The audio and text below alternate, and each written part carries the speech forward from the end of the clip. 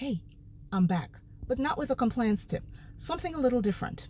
Now, I've been focusing my attention on the BRICS Summit that's taking place right now in South Africa. In fact, today is the last day for it. And it's the 15th annual summit for BRICS nations that were formed as a bloc of countries 20 years ago. BRICS stands for Brazil, Russia, India, China, and South Africa. Now, there are a number of things that are being discussed, and some are already in the public domain, including the addition of members. I'll get to that in another short. I'll try and keep it short.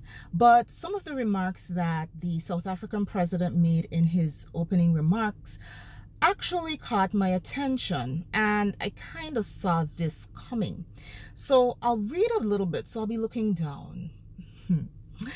He said that we are concerned that global financial and payment systems are being increasingly used as instruments of geopolitical contestation. Global economic recovery relies on a predictable global payment system and the smooth operation of banking, supply chains, trade, tourism, as well as financial flows. We continue discussions on practical measures to facilitate trade and investment flows through the increased use of local currencies. He went on and he said, this is a matter that we believe that further discussion needs to take place, particularly amongst our finance minister. The world is changing. I could agree with that. He also said that new economic, political, social, and technological realities for greater cooperation between nations is essential. New realities call for fundamental reforms of the institution of global governance, so that they may be more representative and better able to respond to the challenges that confront humanity. He also made reference to the New Development Bank, which was established in 2015.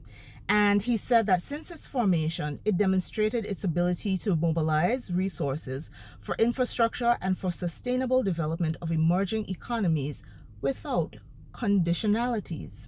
I found that very interesting. Now, how does this tie into compliance? Well, a few countries might be subject to sanctions. In fact, the president of Russia, Vladimir Putin, attended remotely because of current active sanctions and certain treaties that were signed by South Africa. And there was a lot of noise that should he have flown to South Africa, he should have been arrested for war crimes with the conflict that's going on in Ukraine. Now, this is not a political channel, but as it relates to compliance, how do you think that this will engage regulators and international standard setters on the future of the application of sanctions? It's definitely something to think about. And I'll be back tomorrow, probably not with a compliance tip, because the world is changing. I'll be back.